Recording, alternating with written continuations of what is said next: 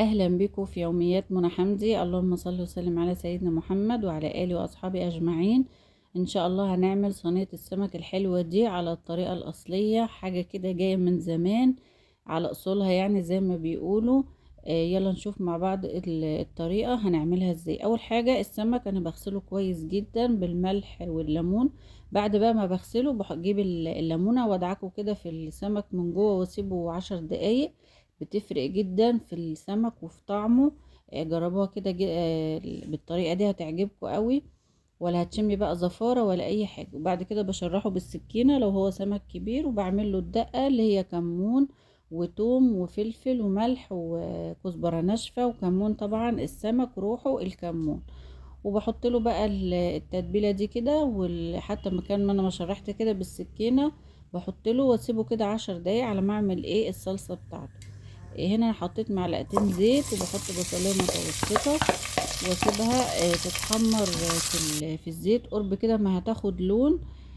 هنحط له 4 فصوص توم، بتفرق جدا في طعم الصلصة.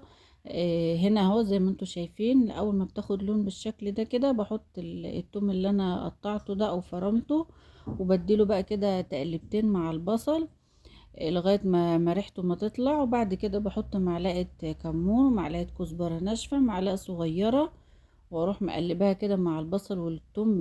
بتطلع بس الريحة كده بتخلي طعم الصلصة طعمها حلو جدا. وبعد كده بحط الطماطم، وبعد ما بتتسبك بحط لها كوبايتين مية. هنا بقى انا حطيت الملح وبحط لها رشة سكر عشان بتبقى الطماطم ليها زي لذعة كده، فبحط لها رشة سكر صغيرة واسيبها بقى لغايه ما تتسبك، واحط لها كوبايتين ميه. هنا بقى السمك انا بتبله في الدقيق بس من غير اي حاجه، انا مش بعمل سمك مقلي، ده لسه هيتحط في صينيه يعني في صلصه في الفرن. فاحنا بنتبله بدقيق كده عادي جدا، ولا بنحط له بقى نشا ولا اي حاجه.